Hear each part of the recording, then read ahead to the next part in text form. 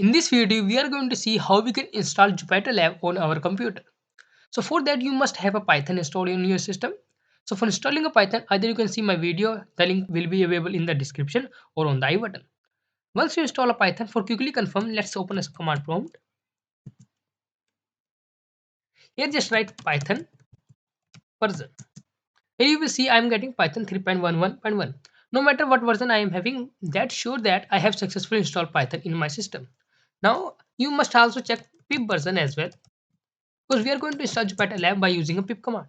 So here I am getting pip 22.3.1. That means pip is also available in my system. Now for installing a JupyterLab, guys, you can see on the screen as well, I am getting a command install JupyterLab with pip. So just copy this command and go to your command prompt and just paste this command and press enter. As soon as you will press enter, you will see the JupyterLab will start installing. Here downloading JupyterLab, a latest version 3.5.2, and that size is 8.8 MB.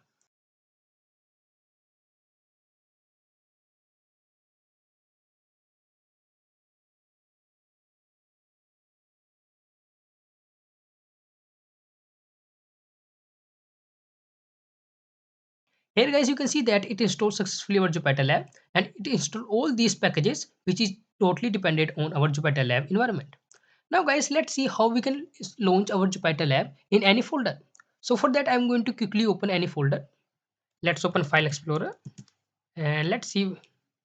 So in desktop, I have this learn folder. I'm going to open a JupyterLab in this folder. So for that, just write here CMD or open CMD in this folder.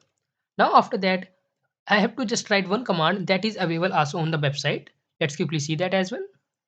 You can see the command Jupyter-lab. So let's copy this, or you can even write this. It is not that much big. So just write here Jupyter-lab. As soon as you enter this thing, you can see guys, Jupyter-lab is open in my browser. Now guys, you can see that I'm getting this environment. Here you can see that you can open a notebook in Python 3. You can also open a console, and you can also open a terminal, text file, markdown file, Python file, or show context help as well. Now guys, I'm going to create quickly a notebook, and here the name is by default untitled.ipy. You can also rename this. Let's say main.ipynb. And here I'm going to write some text. For that, let me quickly make a size bigger so that you can also see that. Alright, so here I'm going to say print JupyterLab successfully launch in browser.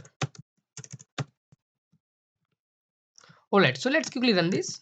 You can see that I'm getting output JupyterLab successfully launched in a browser.